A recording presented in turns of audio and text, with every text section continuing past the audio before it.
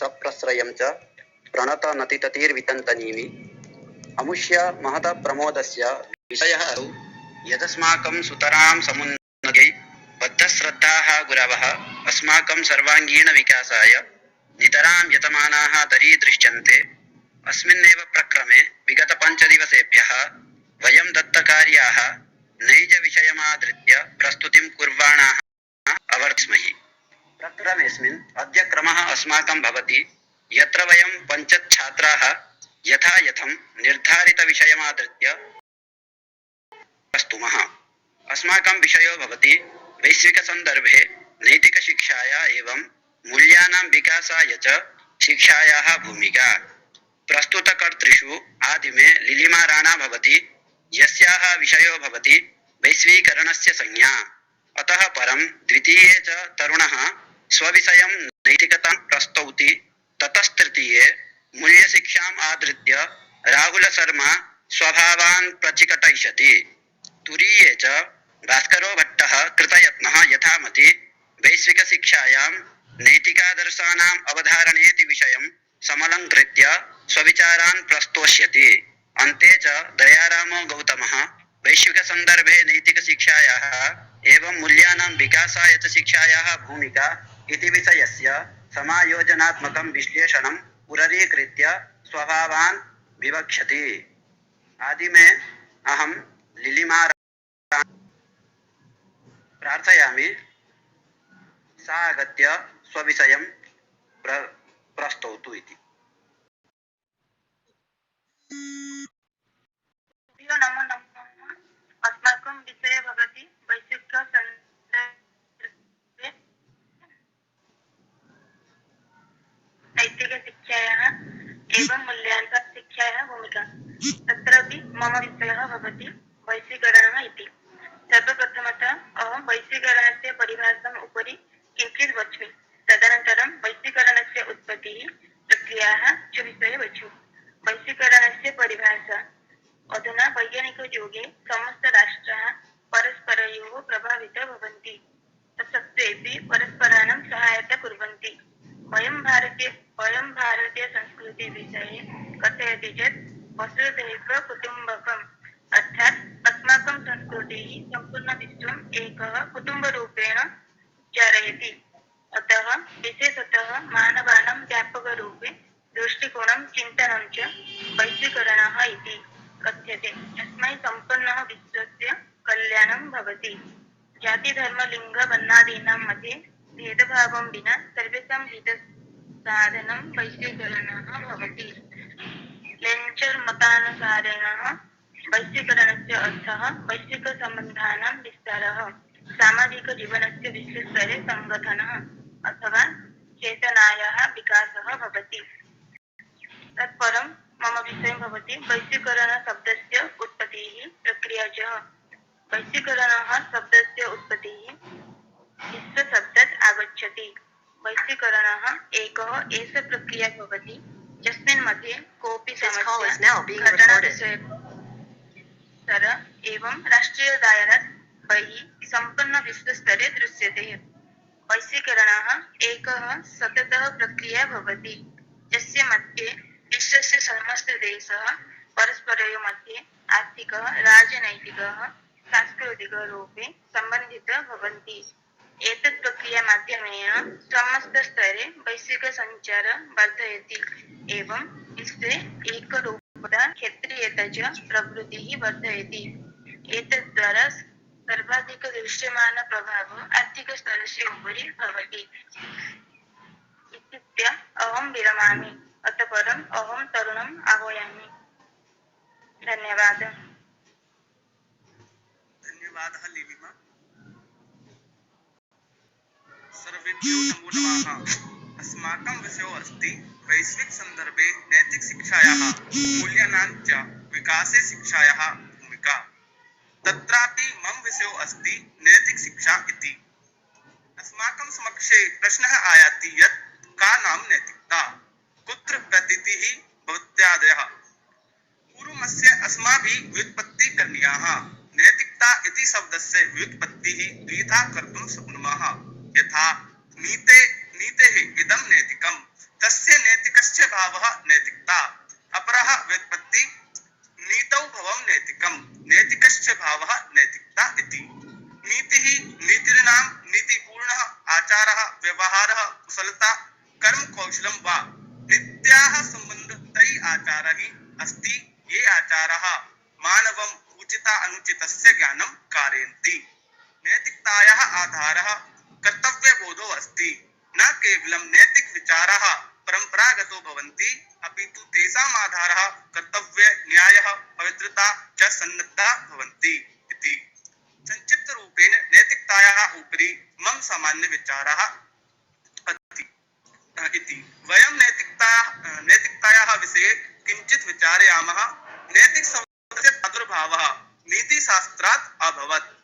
नीतिशास्त्रम् अर्थात् आङ्ग्लभाषायां शब्दः एथिक्स् इति वर्तते, यस्य ग्रीक शब्दः इथोस् इति शब्दात् निष्पन्नः जायते, यस्य अर्थः रीतिरिवाजश्च इति। नीतिशास्त्रम् एथिक्स् इति अध्ययनस्य एका विधा वर्तते, या मानवसमाजस्य लोकव्यवहारस्य च अध्ययनं कारयति। नीतिशास्त्रात् अनुकूलाचरणमेव नैतिकम्। नैतिकम् इति शब्दस्य इक् प्रत्ययेन निष्पत्तिर् भवति, यस्य अर्थः नीते अनुरूपम् इति क्रियते। अद्य मम विषयः सम्पूर्णः जाते। अग्रिमे राहुल शर्मा महोदय अहम् आह्वयामि।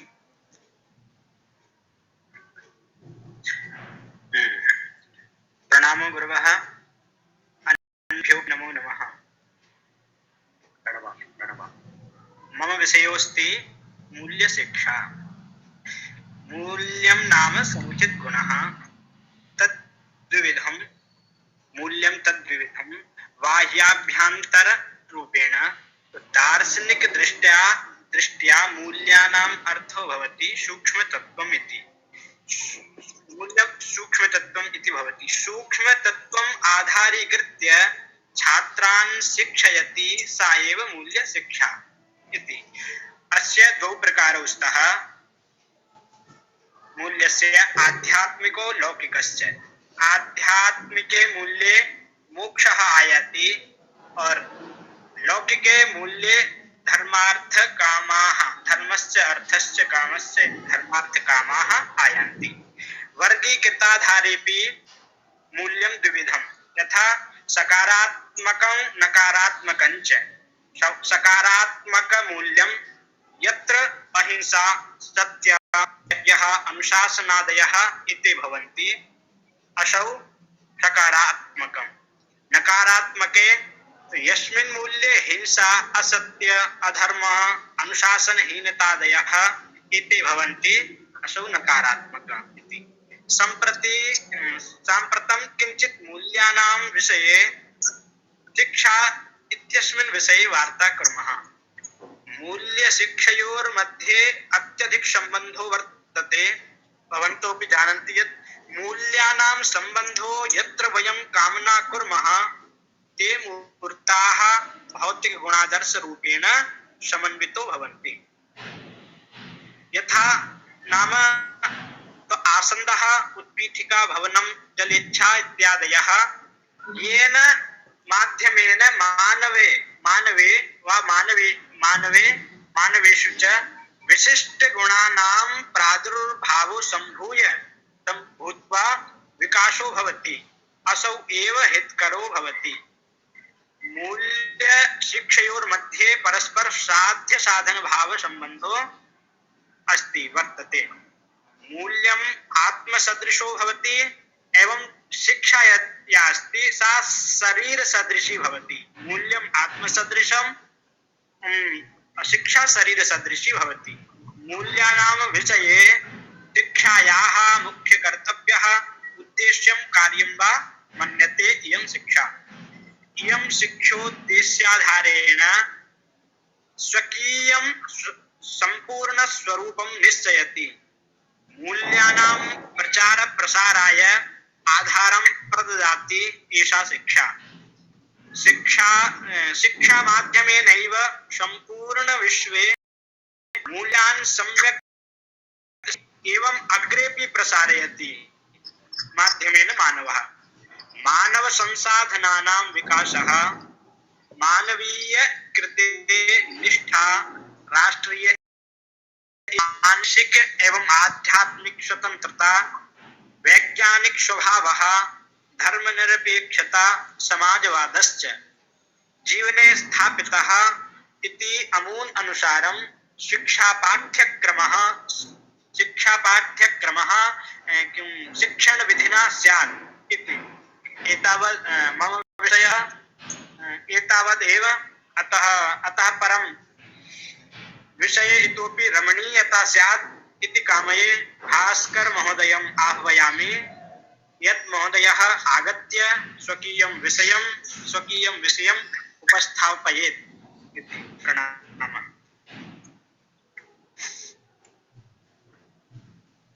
सर्वेभ्यो नमो नमः। अद्य मम विषयः अस्ति वैश्विक शिक्षायां नैतिक आदर्शानाम् अवधारणा। सर्वप्रथमं का नाम शिक्षेति शिक्ष विद्योपादाने इत्यस्मात् धातोः गुरोश्च हलः इत्यनेन सूत्रेण अप्रत्यये सति स्त्रीत्व विवक्षायां टाप् प्रत्यये कृते शिक्षा इति शब्दस्य निष्पत्तिर्भवति। अन्तर्निहित शक्तीनां बहिरानयनं शिक्षेत्युच्यते।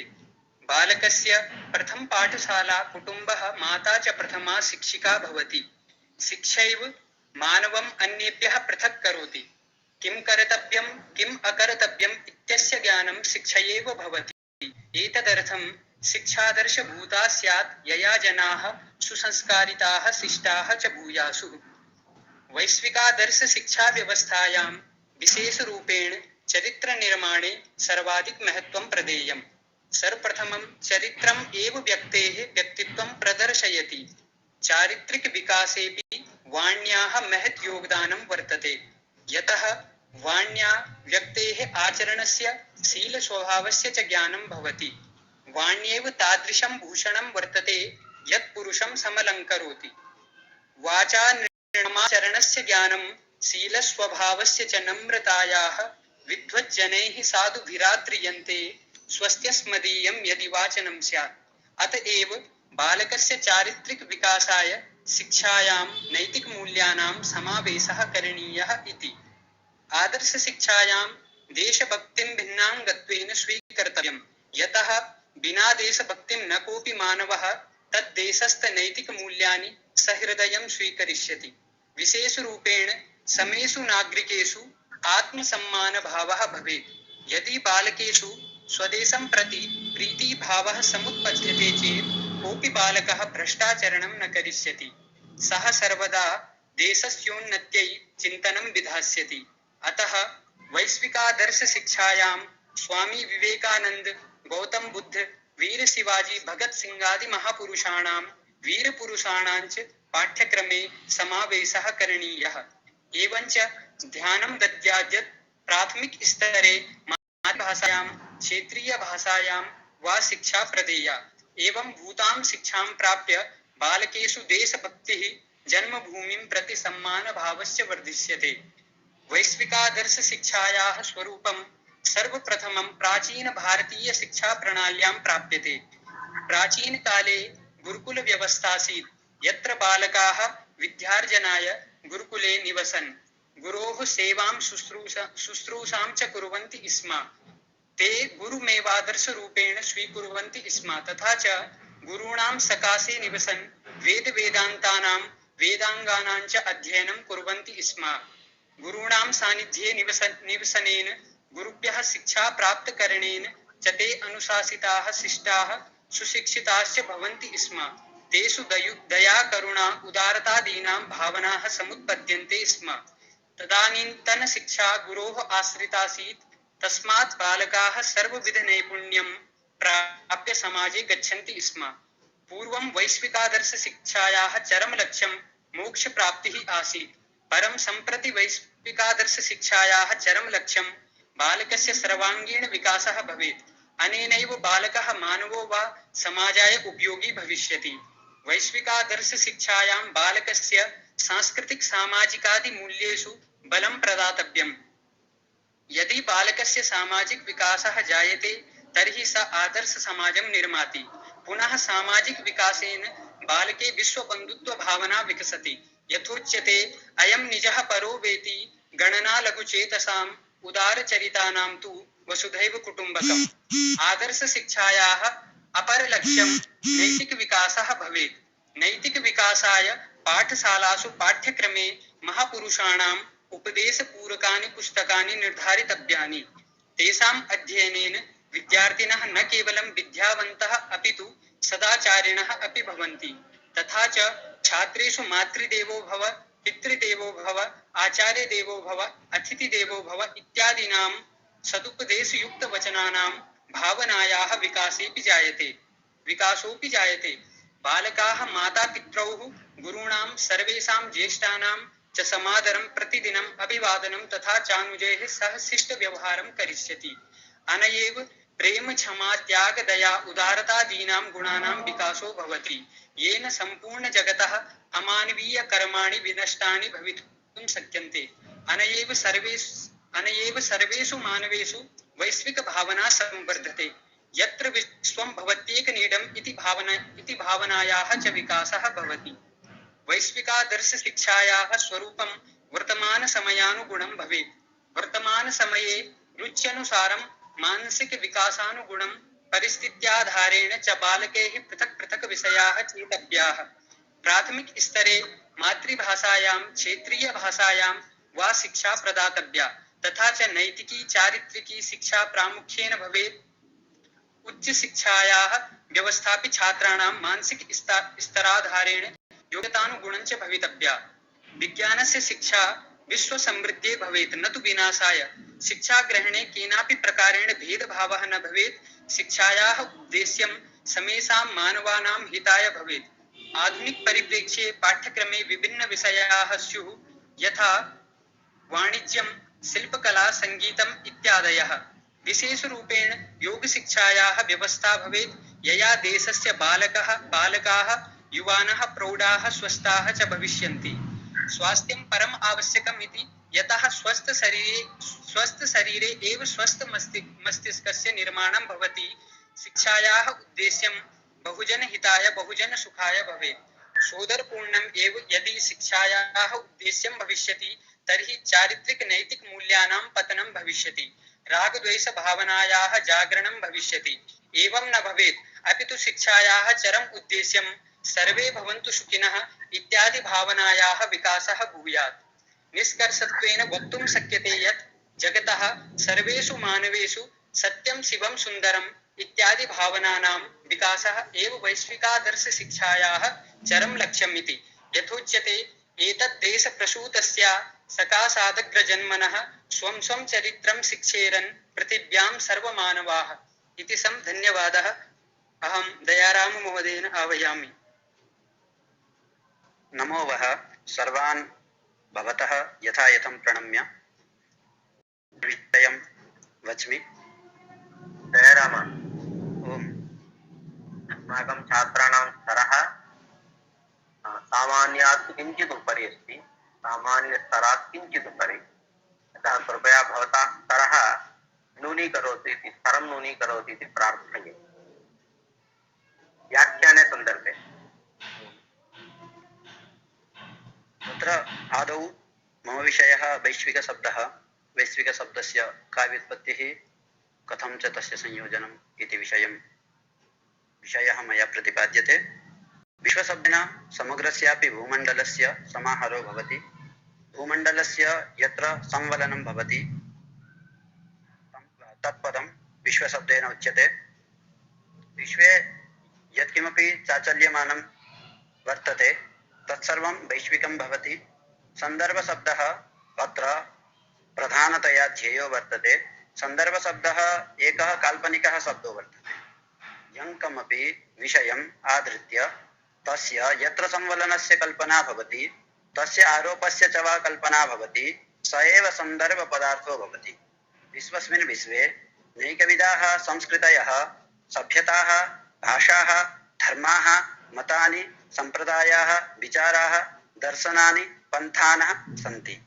नीयन्ते, संलम्भ्यन्ते उपायादयः ऐहिक आमुष्मिक अर्थाः वा अस्याम् अनया वा इति विग्रहे निधातोः अधिकरणे अर्थे करणे वा अर्थे इतिन् प्रत्यये नीतिशब्दः निष्पद्यते यस्यार्थः नयो भवति। निधातोः भावे कितिन् प्रत्यये नीतिशब्दः निष्पद्यते यस्यार्थः प्रापणं भवति। इत्येवं प्रकारेण वयं ज्ञातुं शक्नुमः नीतिशब्दः समस्तस्यापि जीवनस्य सारभूतः कश्चित् पदार्थविशेषो वर्तते इति। अनया एव नीत्या ऐहिक आमुष्मिकयोः पदार्थयोः प्राप्तिः सम्भवति। नीतिविषये कालिकापुराणे यथोक्तं वर्तते नयस्य विनयो मूलं विनयः शास्त्रनिश्चयः विनयो हीन्द्रियजयः तद्युक्तं शास्त्रमिच्छति। इत्येवं प्रकारेण ज्ञातुं शक्यते यदियं नीतिः विनयात् आयाति तथा च शमेश विषयाणां मूले नीतिः एव निहिता वर्तते। नीतिशब्दः आङ्ग्लभाषायाम् एथिक्स् इत्युच्यते। व्यवहारदर्शनं नीतिदर्शनं नीतिविज्ञानम् आचार्यशास्त्रमपि अस्यैव अपरं नाम वर्तते। नीतिशब्दः दर्शनशब्देन सम्बद्धो वर्तते अथवा एवमपि वक्तुं शक्यते नीतिः एकं दर्शनं वर्तते। यतो हि आचारशास्त्रस्य परिभाषाः क्षेत्राणि च प्रत्येकं युगे विपरिणमन्ते तथापि व्यापकरूपेण वक्तुमिदं शक्यते यदाचारशास्त्रे तेषां सामान्यसिद्धान्तानां विश्लेषणं विवेचनम् आहोस्वित् वर्णनं भवति। यैः सिद्धान्तैः मानवीयक्रियाणां मानवीय उद्देश्यानां च मूल्याङ्कनं सम्भवेत्। बहुशः दार्शनिकानां विचारकाणां लेखकानां मतमिदमपि वर्तते यत् अमुष्य आचारशास्त्रस्य साक्षात् सम्बन्धः मानवीयमूल्यैर्वर्तते मानवीयमानदण्डैर्वर्तते इति।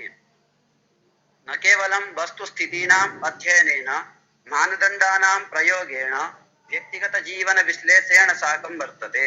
नीतिरियं मानवाय हिताहितप्राप्तिपरिहारान् प्रति निनयिषति नेतुम् इच्छति। पुण्यापुण्ययोः सुकृत् दुष्कृतोः गुणदोषयोः नय अपनययोः न्याय अन्याययोः ज्ञानं यथावत् नीतिशास्त्रस्य प्रतिपाद्यो विषयः वर्तते साकमेव नीतिशास्त्रमिदं मानवीयनैतिकताया प्रश्नानां समाधानाय महत्वपूर्णं वर्तते।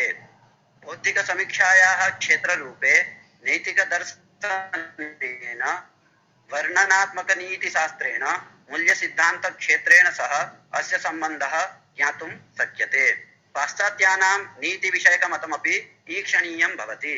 विचारकस्य रसवर्थकीलरस्य मते नीतिशास्त्रस्य परिभाषा इयं भवति। आदर्शो मानवचरित्रस्य विज्ञानम् आहोस्वित् नैतिककर्तव्यानां विज्ञानं भवति। रिचर्ड विलियम पोलस्य एवं लिंडा एल्डरस्य मते परिभाषा भवति नीतिशास्त्रमिदं संकल्पनानां सिद्धान्तानां वा समुच्चयो वर्तते। अस्माकं कथं प्रकारकः आचारः अन्यान् पीडयति अन्यान् समर्थयति इत्यपि अनया एव नीत्या ज्ञायते। केम्ब्रिड्ज डिक्शनरी ऑफ फिलोसफी मते नीतिशब्दस्य प्रयोगः सामान्यतः विनिमयरूपेण नैतिकता संबंधे वर्तते। कदाचित् परंपरा रूपेपि वर्तते संघरूपेपि वर्तते। व्यक्तेर् निजनैतिक सिद्धांत रूपेपि अमुष्य शब्दस्य प्रयोगो भवति। पोलस्य एलंडरस्य च मते बहुशः जनाः सामाजिक प्रथाया धार्मिक भावनाया विधेर्वा अनुरूपम् अनुसरणम् एवं नीतिः इति मन्यमानाः ध्यान्ताः सन्ति। तथा नीतिः इयं पृथगेव संकल्पना इति न अधिगच्छन्ति। इत्येवं प्रकारेण नीतिशब्दस्य अनेकेर्थाः सम्भवन्ति। अथ अस्य सन्दर्भः दार्शनिकनीतिशास्त्रेण नैतिकदर्शनेन वा भवितुमर्हति। इत्येवं प्रकारेण विविध परिप्रेक्ष्येषु महत्त्वम् आवहन्ति इयं नीतिः समदम अस्तेय धृति शौच आदीनां यथा यथं परिपोषणाय विचारकैः नीतिविधिभिः परमसरलचित्तैः महर्षिभिः समाम्नाता। अस्या एव नीतेः विषयः नैतिको भवति। नैतिकविषयसम्बद्धा या शिक्षा भवति सा नैतिकशिक्षा इति निगद्यते। नैतिकशिक्षायाः कथनपुरस्सरं मयात्र नैतिकशिक्षायाः विकासाय शिक्षायाः का भूमिका इति प्रतिपाद्यते। मूल्यानि च नैकविधानि भवन्ति। मूल्यशब्दः कर्तव्यानां समादर्तव्यानां परिचायको विद्यते। अतः मूल्यं छात्रजीवने विद्याध्ययनसमये कथं कस्मिन् च समये सेव्यं कस्मिन् च समये जागृतव्यम् इति बोधयति। विद्याध्ययनं समये शयनं समये जागरणं प्रमादालस्य विहीनत्वादि भेदेन नैकप्रकारकाणि भवन्ति। यानि मूल्यानि छात्रजीवने यथा यथं पूरणीयानि भवन्ति तथैव गृहस्थजीवनेपि मूल्यानां बाहुल्यं वर्तते। गृहस्थजीवने अतिथिसत्कारः, कान्ताप्रीतिः, सुतलालनं, पित्रोः सेवनं, समाजनिर्माणादि प्रकारेण मूल्यानि अमूनि बहूनि भवन्ति।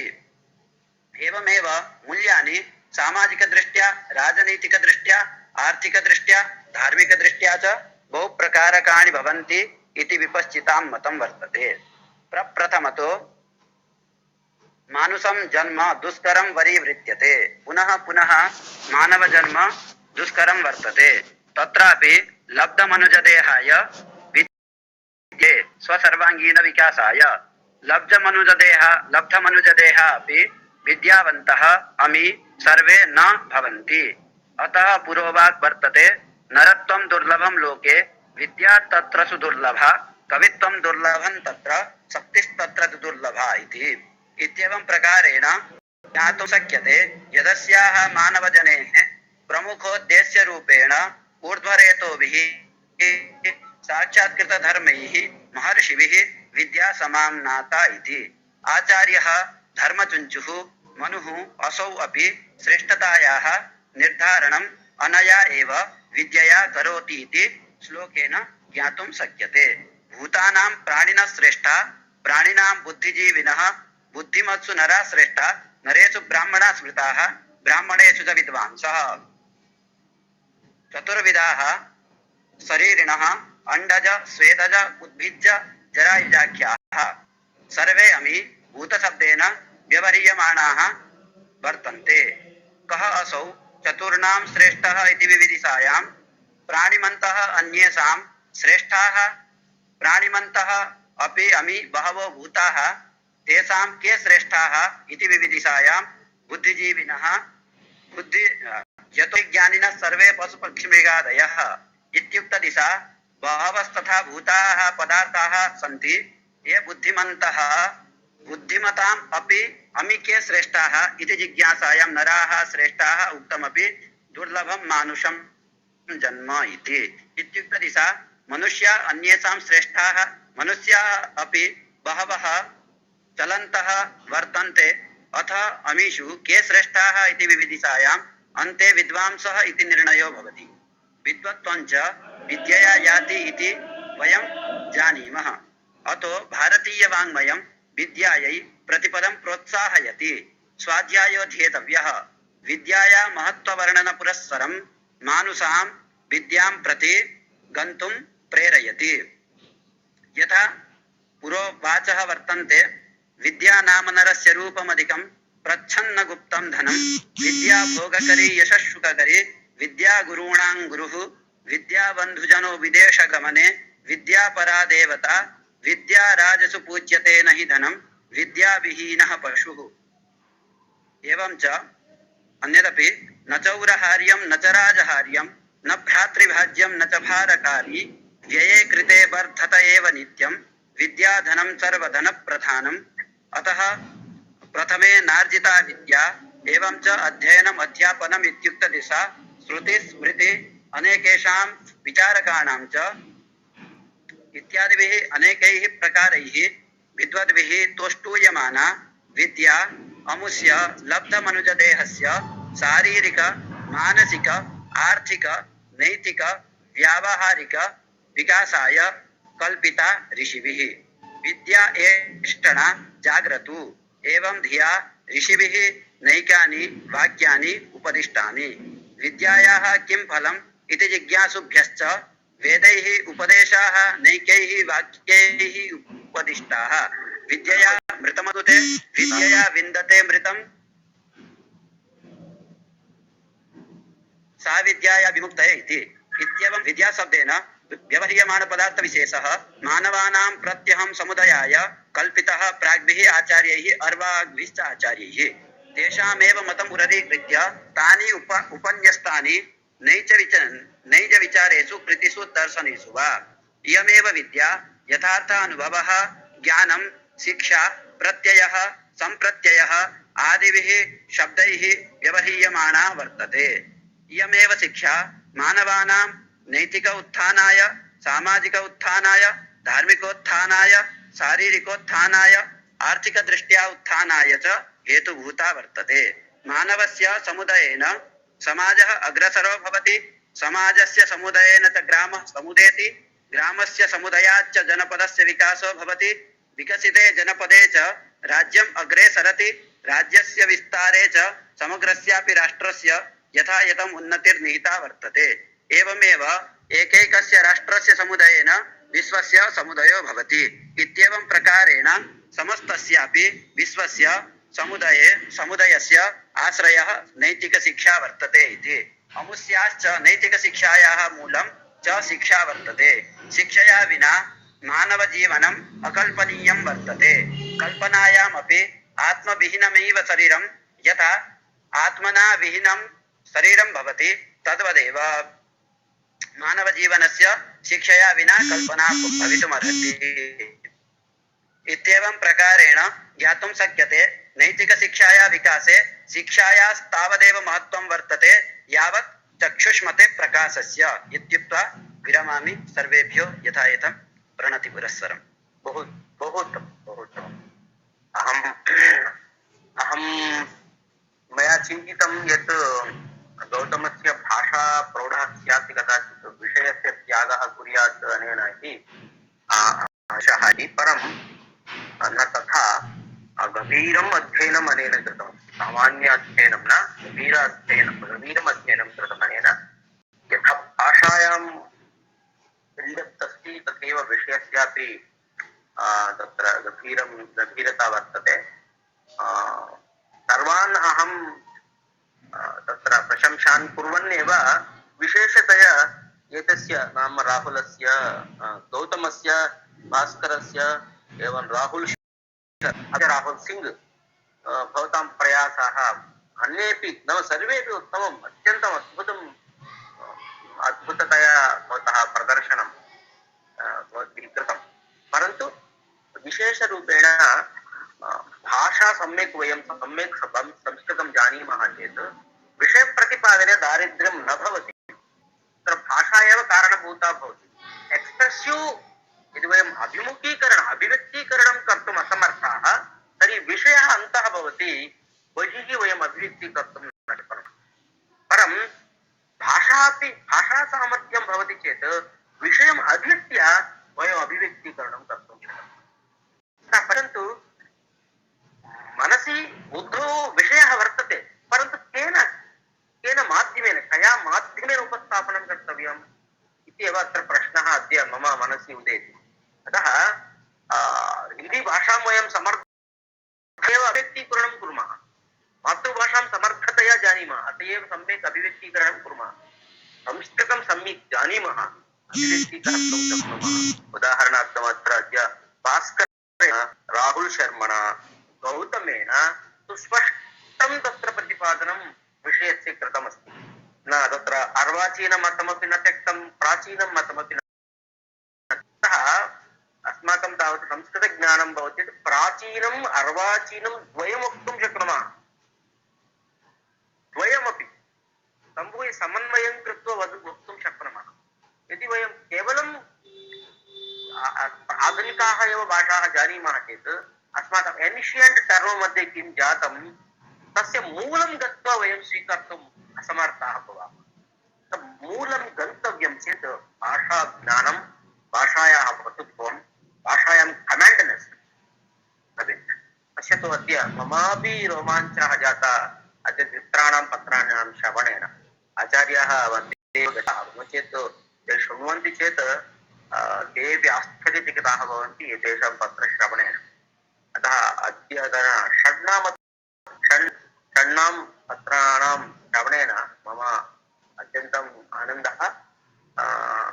ये च स्टेप् 1 स्टेप् 2 मध्ये सन्ति तेऽपि विषयं स्वीकृत्य यथामतिः तेषाम् उपस्थापनं तैः कृतं। विशेषरूपेण भास्करः रामशर्मा गौतमः तेषाम् अद्य भाषा सौन्दर्यमपि सम्यक् मया अनुभूतम्। It's very good.